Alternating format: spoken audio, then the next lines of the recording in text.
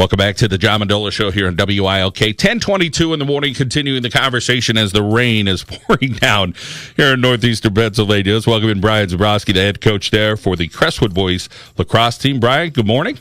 Good morning, Mr. Mendola. I hope you're staying dry. Well, I am. I'm in the clock booth, but I'm watching all the girls running around the field today, and they're all getting soaking wet. Yeah. But they're enjoying themselves, it looks like. So you're all about lacrosse, and you guys have done a great job there in the mountaintop area with LAX. Of course, the Crestwood boys lacrosse team alive in the playoffs. Let's talk a little bit about the Comets and the success that you've had out there on the field as we are deep into the playoffs and getting ready for a little bit more action next week. Well, you're right. I mean, our goal is to come in the playoffs strong. I think we've had a pretty good season so far, but there's so much great competition in our district that it's anybody's game right now. What's great about this year is, last year we had 3 teams competing for a league championship. This year we had another league championship with Prep and us, and 2 different teams this year, 3 teams last year. It just shows you the strength of the district getting better and better. Let's talk about the talent you have on this year's team, and how many seniors are on that Crestwood squad right now? Well, we have 9 seniors total, it's a nice variety of different positions. Reed is our goalie; he's our the heart of the team right now. He was there last year, so we've got that leadership that's carrying over from last year, and he's been our touchstone for the defense. In front of him, we've got 3 other seniors with Michael Macri, Nathan Slajewski, and Jake Antosh. And Jake's a first-year player, believe it or not. Crossed over from baseball to lacrosse this year. Showed hustle all during preseason, and he improved his skills in the beginning of the year, and now he's finding himself getting a lot more playing time here as we go into the postseason. How about some of these underclassmen that have that ability to score for you?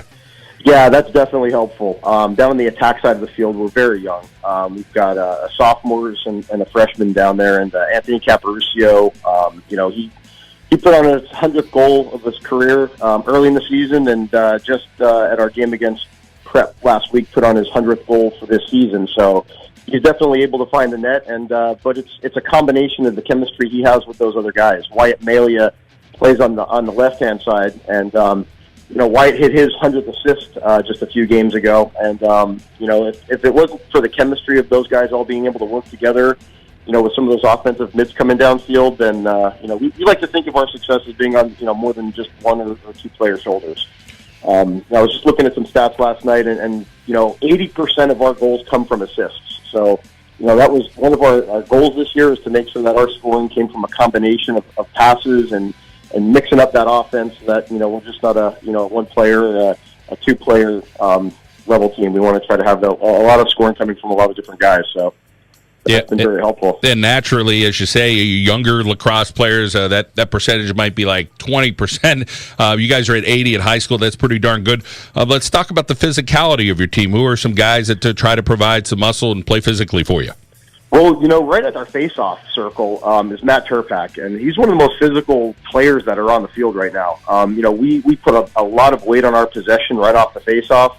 Matt is experienced. He's actually going to play at the next level next year at Grand Canyon, and he's a bull. And when we need that possession off the face-off just to get our ball down on the attack side of the field, he's been able to get that job done consistently. And what's nice is he's actually showing Chandler O'Farrell, who's a freshman coming up. He's been taking, probably close to 30% of the face-offs as we came into the second half of the season, and we're always looking for the next year. What's the future? And having those seniors and that leadership coming from those older guys and passing some of those skills and some of that knowledge on to the younger classmen is going to be something that hopefully will help us stay strong as we move into the next couple of years. We're talking Crestwood Boys Lacrosse here on the John Mendola Show. We're driven by McCarthy Tire Service, locations at Wilkes-Barre, Scranton, Kingston, and Hazleton. Brian, here we are, the semifinals for the playoffs. Let's talk about the matchups, who you're playing and who's in the other side of the bracket, and which way you think it could go. Well, it's funny. It's anybody's game. Dallas is our opponent for the semis. They took one of our, 2 matchups away from us early in the season. We were fortunate enough to get the second matchup, but that just shows you that, I know a lot of the players on that Dallas team. They're skilled. They're tough. It's well coached. Coach Zug and Coach Heron over there are going to have those boys ready to play us. I know they're coming up to our home field this time. That's where they beat us last time. So I'm sure they're going to look back at that game and go, hey, look, these guys are beatable. And, just like we're looking at Dallas saying, we know how much skill is over there, so we've got to make sure we're ready. So that's been the focus of the last 2 practices last night. And, and again at practice today, is just going to be just getting ready for this game coming up, and it's going to be a great game on Monday night for sure. Over on the other side, you got Wyoming area and Scranton Prep. We know Scranton Prep stuff. We played them 3 times already this year. And Wyoming area has been a team that we talked about last year. Coach Roland and that group, they're new, but they're strong. They've got a lot of skill. So, I couldn't even start to make a prediction over these 2 semifinal games to tell you who would be hopefully moving on to Thursday night's championship game. Getting some exciting scores at this point against some good competition in District 2, some 17-14 games. There's a lot of excitement to behold for people to come out and watch boys lacrosse. Oh, it certainly is. I think what we're seeing is the speed of the game has increased. All the teams are able to put a lot of points on the board, and lacrosse is a game of runs. So just because a team is down 5, 6, 7 points does definitely not mean they're out of it. I know that we've come back from some deficits this year that have kind of proven that point to the boys that, hey, listen, if you look at that scoreboard and you see 6 points on the other team and we're down, that doesn't mean anything. You got to go out there, you got to play.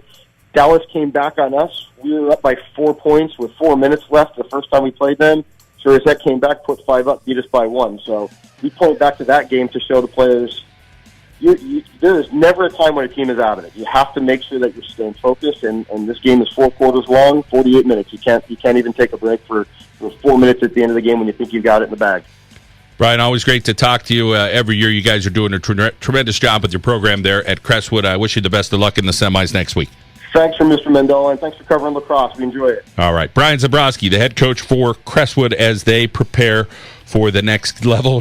They're practicing today in the rain, so you're out doing some things, whether you get some fishing in or you're going to a soccer game or a lacrosse game. Do your best to stay safe out there on the roadways, as we've had a lot of rain here, boy, in the last week, that's for sure. It's 10:29 here at WILK. We're going to talk some Keystone College baseball, some softball in the Lackawanna League. We got a couple of coaches we're going to talk to. We're going to talk some track and field from the District 2 championships this week. On Monday and Thursday affair, there was so much rain they had to kind of put it off between AAA and AA. We're going to head out now to our local State Farm insurance agent, Matt Daly. Break like a good neighbor. Matt Daly in Kingston is there. We'll be back here on WILK.